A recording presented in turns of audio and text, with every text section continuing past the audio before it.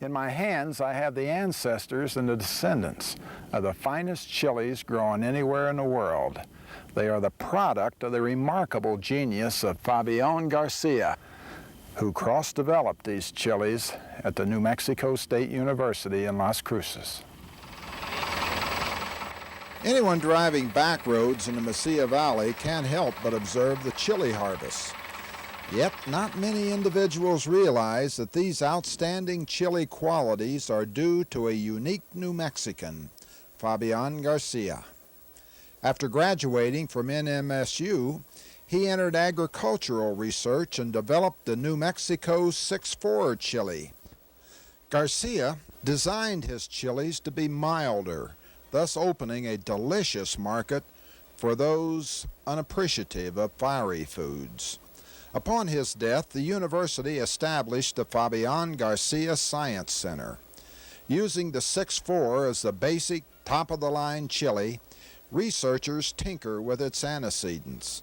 They add or reduce size, color, weight, water, resistance, strength, flavor. The ultimate result is in these university lands where new and exciting chili breeds are developed. They owe their heritage to Fabian Garcia, a man who improved an industry and changed the chili-eating habits of the world. Fabian Garcia researched chilies, cotton, onions, and pecans. He was a Renaissance man of the agricultural fields, a nutritional expert miles ahead of his time. I'm Leon Metz for Rio Bravo Chronicles.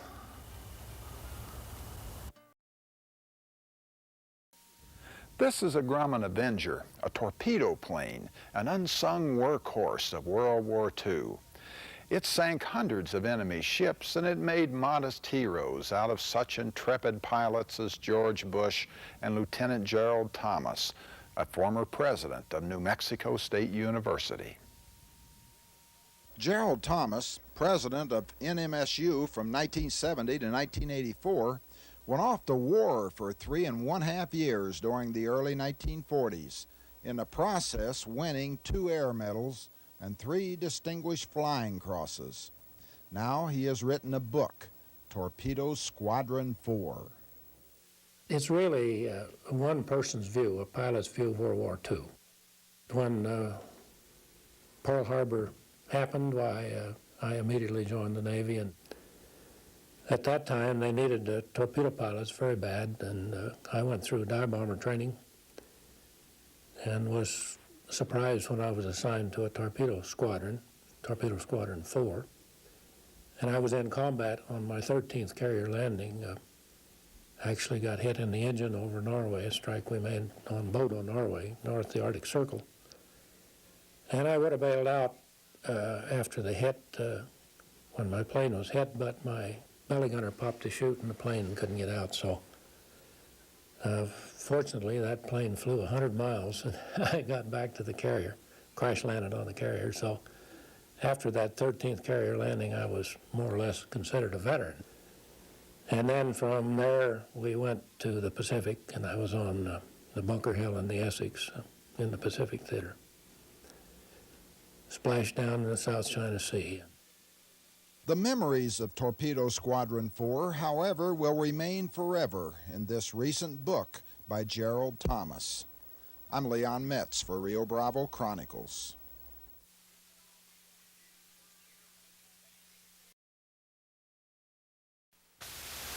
In the musical Fiddler on the Roof, there's a song that goes something like this. If I were a rich man, well, I'm not a rich man, but I feel like a rich man whenever I drive these Rio Grande back roads. We miss a bet when we concentrate on the mountains alone for fall views of the changing colors. The Rio Grande Valley has some sights of its own.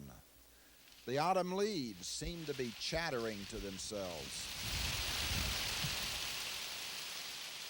making bets on who will be the first to fall, or who will blow the farthest in a strong but warm afternoon wind. While the leaves occasionally stand stark against what appears to be a black sun, the days and the atmosphere are mostly golden. The windmills turn. The horses have spirit and animation. Even the ants are busy. The mountains are on their good behavior, and the river sparkles like a new bride. Chili fields add spice to the season as the salt cedars don their best suit of clothes. If I were a rich man, doodle-doodle-doodle-doodle-doo. I'm Leon Metz for Rio Bravo Chronicles.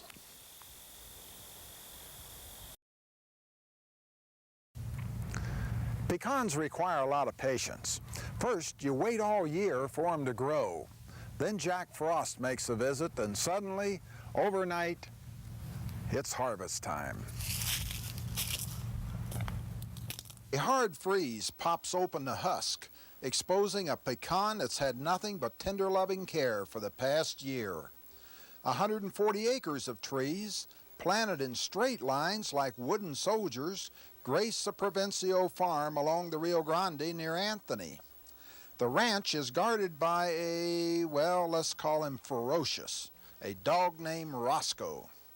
Next comes the shaker, its giant claws seizing and shaking the tree trunks so violently that the earth trembles from 30 feet away. Nuts and branches pour from the sky. Afterwards, from the calm perspective of ground level, the pecans look like brown watermelons. After the larger branches are removed and the husks and nuts are swept into rows, a monsoon of dust approaches.